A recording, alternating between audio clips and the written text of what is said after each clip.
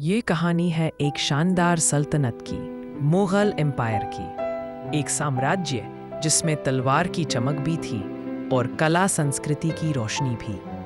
1526 में central Asia का एक बहादुर योद्धा बाबर अपनी छोटी सी सेना के साथ हिंदुस्तान आया।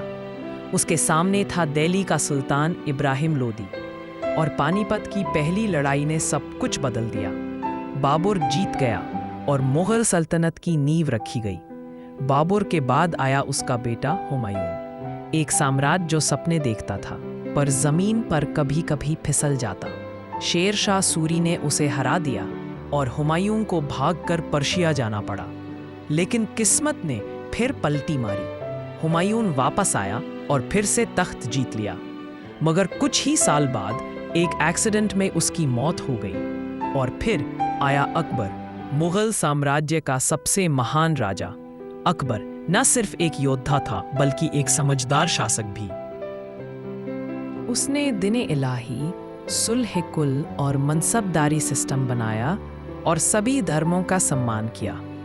अकबर के ज़माने में हिंदुस्तान एक सांस्कृतिक हीरा बन गया। Scene shifts to royal court. उसके बाद जहांगीर, जो कला का दीवाना था, पेंटिंग, पोएट्री और शिल्प कला का रक्षक। फिर शाहजहां, जिसके नाम से दुनिया कहते हैं ताजमहल, एक यादगार प्यार की निशानी जो दुनिया का अद्भुत वंडर है। Music becomes darker. लेकिन फिर आया औरंगजेब, एक सख्त और धार्मिक शासक। लंबी जंगों की वजह से साम्राज्य कमजोर हुआ।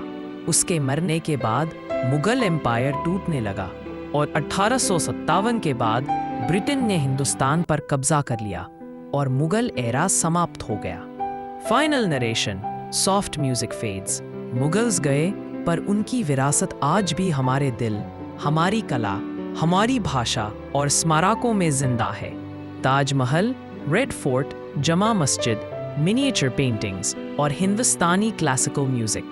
ये थी कहानी मुगल साम्राज्य की, एक कहानी ताकत की, कला की और इतिहास की।